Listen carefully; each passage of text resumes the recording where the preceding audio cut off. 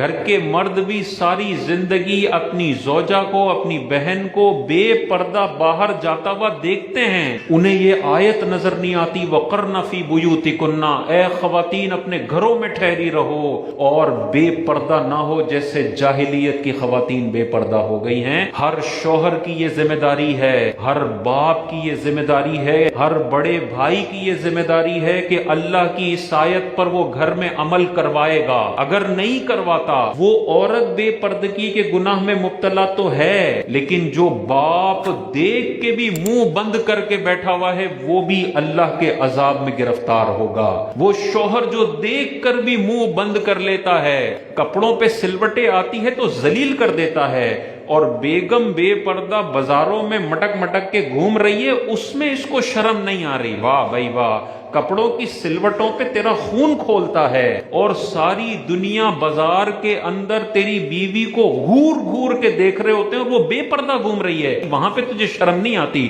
کپڑوں پہ سلوٹ رہ جائے تو حضور نے ارشاد فرمایا تم نے درگزر کرنا ہے، اور بے پردہ عورت گھر سے باہر جا رہی ہو تو اللہ نے فرمایا وَقَرْنَ فِي بُيُوتِكُنَّ، گھروں میں ٹھہری رہو اور جاہلیت کی عورتوں کی طرح بے پردہ نہ ہو جاؤ۔ جب یہ آیت نازل ہوئی کہ عورتیں گھروں میں رہو،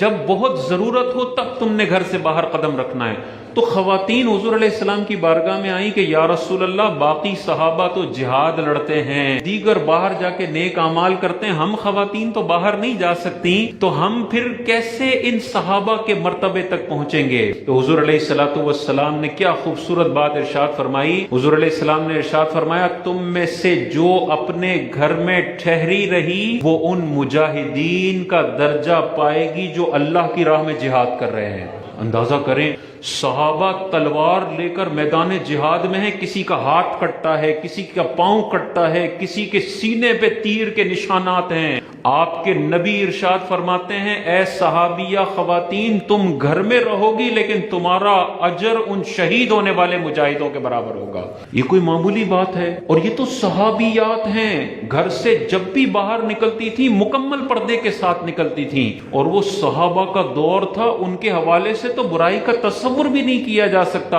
کہ وہ خواتین کو دیکھتے ہوں گے، تصور بھی نہیں ہے۔ ایسے صاف ستھرے ماحول میں نبی نے کیا ارشاد فرمایا، اے خواتین تم گھروں میں رہو، اللہ نے تمہارے لیے جہاد کا ثواب تمہارے گھروں میں رکھا ہوا ہے۔ یہ حدیثیں جب صحابہ کے دور میں امپلیمنٹ ہو رہی ہیں، آج کا دور تو فتنوں سے بھرا ہوا ہے، آج کا دور تو ہر گندے انسان کی گندی نگاہوں سے بھرا ہوا ہے، آج کا دور تو سوشل میڈیا کا دور ہے جس میں باقاعدہ بتایا جاتا ہے کہ جب عورت باہر نکلتی ہے تو تم نے کیسے اس کو گھورنا ہے، کیسے اس کے ساتھ سیٹنگ کرنی ہے۔ یہاں پہ ہر تیسرا بھیڑیا موجود ہے جو گھر کی خواتین کو عجیب و غریب نگاہوں سے دیکھنے کے لیے تیار بیٹھا ہے۔ آج کے دور میں ان حدیثوں پر عمل کرنے کی کتنی زیادہ ضرورت ہے، ہر شخص ان حدیثوں کی امپورٹنس کو جانتا ہے۔